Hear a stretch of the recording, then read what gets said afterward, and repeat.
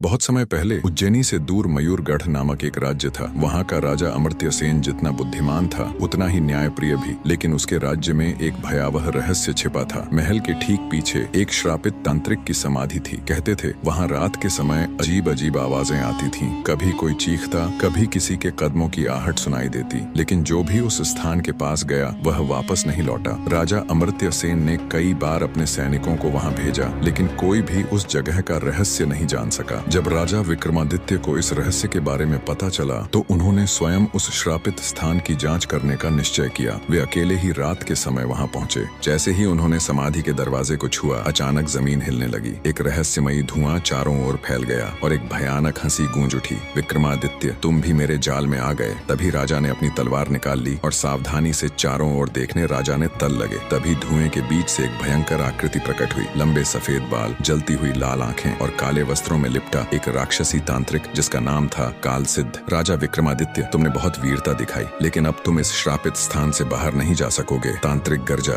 राजा ने तलवार उठाई और कहा, मैं अन्याय और अंधकार के खिलाफ लड़ने के लिए ही जन्मा हूँ। तुम कौन हो और क्यों इस स्थान को श्रापित कर रखा है? तांत्रिक ने एक शापित मंत्र का उच्चारण किया और अचानक चारों ओर मंत्रों की अग्नि जल उठी। मैं कालसिद्ध, जिसे 100 साल पहले तुम्हारे जैसे ही एक राजा ने पराजित किया था, लेकिन मैं मरा नहीं बल्कि इस समाधि में बंध गया और अब मैं वापस आ चुका हूँ। राजा विक्रम ने अपनी दिव्य तलवार से एक वार किया, लेकिन तलवार हवा में समा गई। तुम्हारी तलवार मुझे नहीं मार सकती, क्योंकि अब मैं सिर्फ एक तांत्रिक आत्मा हूँ। राजा ने कुछ क्षणों के लिए सोचा। वे जानते थे कि यह केवल बल से नहीं बल्कि बुद्धि से पराजित किया जा सकता है। उन्होंने अपने कमंडल से गंगा जल छिड़का और कहा, एयूएम ह्रीम क्लीन चामुंडाय विच्छे। जैसे ही मंत्र पूरा हुआ, तांत्रिक चीखने लगा, नहीं, यह संभव नहीं। उसका शरीर जलने लगा। चारों ओर की मंत्र अग्नि बुझने लगी और देखते ही देखते तांत्रिक कालसिद्ध की आत्मा राख बन गई। लेकिन तभी समाधि की दीवारों पर एक शिलालेख प्रकट हुआ। जो भी इस श्राप को समाप्त करेगा उसे स्वयं एक प्रश्न का उत्तर देना होगा, अन्यथा वह भी इस स्थान का कैदी बन जाएगा। तो बताओ राजन, यह श्राप किसने दिया था और क्या विक्रमादित्य अब इस श्राप से बच पाएंगे? राजा विक्रमादित्य कुछ क्षण सोचते रहे, फिर उन्होंने उत्तर दिया, श्राप देने वाला स्वयं कालसिद्ध का गुरु था, जिसने यह सुनिश्चित किया था